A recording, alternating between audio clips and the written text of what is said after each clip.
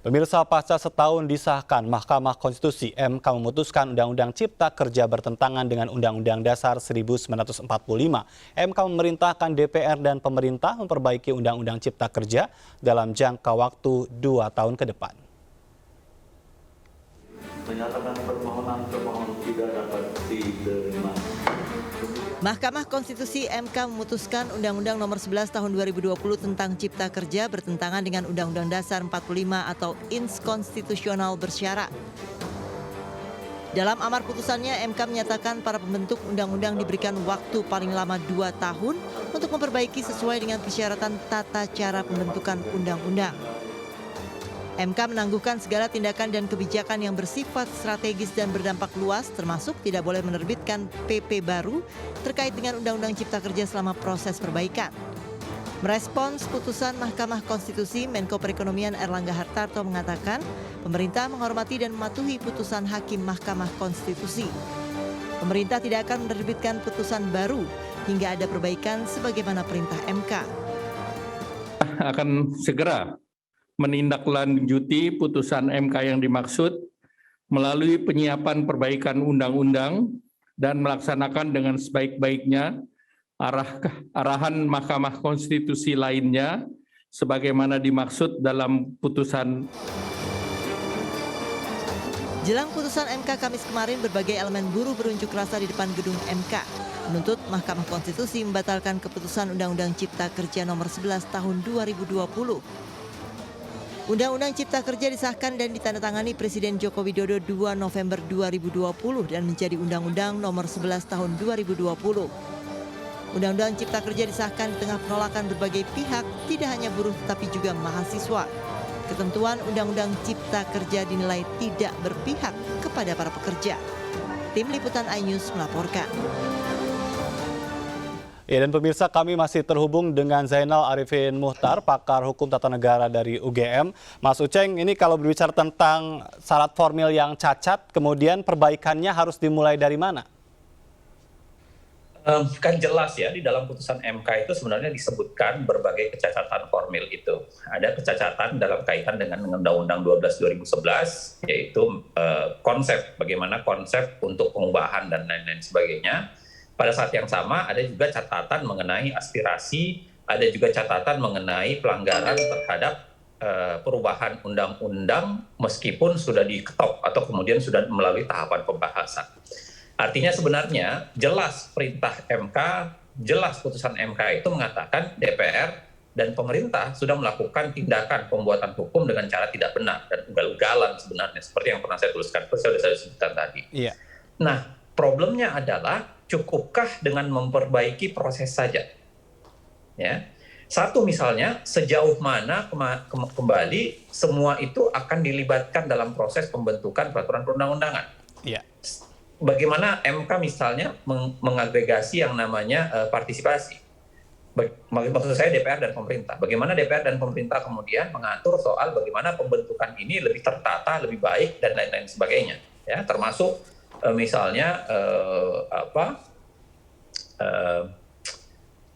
naskah akademik yang lebih tertata. Tapi yang kedua menurut saya yang menarik, kenapa sebenarnya beberapa di antaranya juga bicara soal materi, ya, karena pengujian material juga ada kemarin dan putusan kemarin yang diputuskan itu begitu banyak putusan secara bersamaan. Iya. Nah, yang menarik MK kemudian menolak pengujian formil. Pengujian materialnya di pemohon yang lain. Bahkan kemudian semacam memproteksi kan dengan mengatakan bahwa karena kami sudah inkonstitusional bersyarat ini, maka orang-orang yang menguji material itu kehilangan objek pengujiannya. Nah, ini kan menjadi menarik. Artinya apa? Tidak bisa lagi dilakukan pengujian terhadap material, terhadap undang-undang ini. Ya, karena orang-orang yang menguji ini dianggap kehilangan objek akibat sudah diputuskan oleh MK. Jadi MK itu sebenarnya menghilangkan apa? Formalitasnya atau menghilangkan undang-undangnya secara keseluruhan. Kenapa kemudian orang ditolak lagi menguji ini?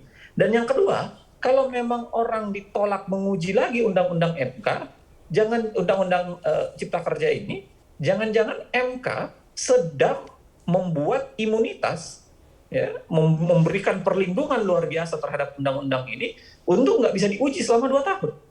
Iya, dan artinya Jadi siapapun kalaupun yang nanti ada perbaikan formalnya, itu malah memperkuat Undang-Undang Cipta Kerja itu, begitu ya? Memperkuat Undang-Undang Cipta Kerja, materialnya sudah tidak bisa kita persoalkan selama 2 tahun, tinggal ditunggu materialnya, tinggal ditunggu formilnya, dan begitu formilnya sudah selesai katanya menurut Undang-Undang MK, putusan MK, Iya. maka langsung diundangkan. Nah, menurut saya ada kerancuan berpikir tentu saja, karena pada saat yang sama MK masih memberlakukan undang-undang ini. Bagaimana mungkin ada undang-undang yang berlaku tapi tidak boleh diuji formil, tidak boleh diuji material? Ya, menurut saya putusan ini mengalami begitu banyak persoalan sebenarnya, yang memang saya duga karena putusan ini adalah putusan yang lahir dari konsep kompromistis barangkali. Karena satu sisi kalau kita lihat, kalau kita baca misalnya dissenting opinion, Iya. kelihatan betul dissenting opinionnya itu Ada berapi-api 4 untuk ya? menyatakan, betul, 4 hakim dissenting opinion, dan berapi-api untuk menyatakan undang-undang ini tidak ada masalah. Nah, sedangkan 5 bertahan ada masalah. Nah, menurut saya jangan-jangan konsepsi ini adalah konsepsi pertarungan jalan tengah yang diambil hanya karena kemudian mau mencoba mengatakan bahwa undang-undang ini masalah, tapi pada saat yang sama tetap mau melindungi undang-undang ini supaya bisa berlaku dan berdaya guna di dan berguna di memiliki daya mengikat di masyarakat. Ya, baik. Mas Uceng, tapi kalau berbicara tentang pernyataan yang disampaikan tadi oleh Mbak Christina Aryani, anggota Badan Legislatif, kita perlu untuk merevisi Undang-Undang Nomor 12 Tahun 2011 saja tentang pembuatan peraturan perundang-undangan. Apakah itu cukup? Satu sisi memang jelas Undang-Undang 12 2011 punya kekurangan, ya, karena tidak mempunyai mekanisme soal tata cara pembentukan peraturan perundang-undangan khusus untuk mekanisme model omnibus. Iya. Ya. Padahal dulu memang selalu ketika menjadi ahli di persidangan ini, saya juga sampaikan kepada mahkamah bahwa itu menjadi aneh. Karena omnibus sudah mulai dibicarakan dan ada, dan mereka mengubah Undang-Undang 12 2011 di bulan Oktober 2019, tapi kemudian mereka tidak memasukkan omnibus. Jadi kayak omnibus ini tiba-tiba saja datang belakangan masuk gitu. Padahal mereka punya kesempatan untuk mengaturnya tapi tidak diatur. Nah, menjadi mengherankan sekarang kalau kemudian dia katakan bahwa problemnya ini hanyalah bisa diselesaikan dengan mengubah Undang-Undang 12 2011. Tentu menurut saya tidak sesederhana itu.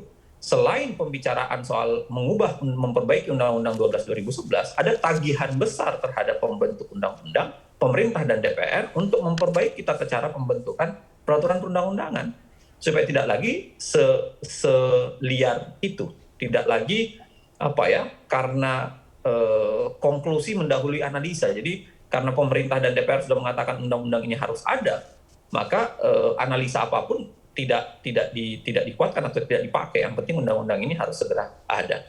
Nah, maksud saya mustahil sebenarnya dengan mengubah Undang-Undang 12 2011 bisa menyelesaikan persoalan ini. Harusnya memang ya Undang-Undang 12 2011 diperbaiki, tapi pada saat yang sama Undang-Undang Cipta Kerja ini harus dipermak ulang, plus pada saat yang sama substansinya sebenarnya banyak masalah. Ya, sebenarnya sangat banyak masalah. Ya, tapi ya akibat putusan MK yang ambigu dan aneh itu membuatnya kelihatannya masih hidup. Iya, untuk permak ulangnya itu sendiri di bagian manakah itu bisa dilakukan untuk bisa meneguhkan undang-undang ini? Ya, bayangan saya formalnya jelas ya. Formalnya jelas dalam artian ada penghargaan terhadap aspirasi masyarakat, ada proses yang diperbaiki, ada mekanisme penamaan, mekanisme pengubahan yang harusnya diperbaiki, termasuk bagaimana kemudian menyatakan undang-undang yang lama tidak berlaku dan lain-lain sebagainya, itu harus diatur, itu harus diperbaiki. Tapi pada saat yang sama menurut saya permakan terhadap formalitas itu tidak cukup, karena materialnya juga harus diformat. Kenapa? Karena kenapa orang protes bukan hanya sekedar karena tidak dilibatkan di dalam sebuah proses pembentukan peraturan perundang-undangan, tapi karena diatur jauh dari aspirasi masyarakat. Masyarakat nggak pengen diatur dengan cara itu. Nah, artinya apa? Materialnya pun sebenarnya punya problem. Ya, itu sebabnya masyarakat menolak. Andai kata masyarakat menerima saja, materialnya tidak ada masalah, saya yakin sebenarnya demo yang berjilid-jilid kemarin yang sangat banyak, bahkan memakan korban sangat banyak, bahkan tahan begitu banyak orang, tidak akan terjadi. Kalau ini hanya persoalan dilibatkan masyarakat atau tidak. Tetapi substansinya adalah kenapa orang turun demo? Ya karena substansinya juga bermasalah. Baik, artinya Isinya ini itu sendiri punya harus problem. ada proses memang dimulai dari awal kembali ya, dari penampungan Saya bayangkan aspirasi, begini menggodok ya, naskah saya akademik. bayangkan tim pemerintah dan DPR bukan hanya sekedar membaca undang-undang putusan MK, lalu kemudian menafsirkan apa yang harus diperbaiki dari situ. Bukan sekedar itu. Yang harus dilakukan pemerintah dan DPR adalah membentuk tim yang kemudian menangkap aspirasi masyarakat, menangkap apa sebenarnya yang diinginkan masyarakat, apa politik hukum yang ada di masyarakat, lalu kemudian itu diabsorb dan dimasukkan ke dalam undang-undang yang akan diubah itu, yang akan diperbaiki itu.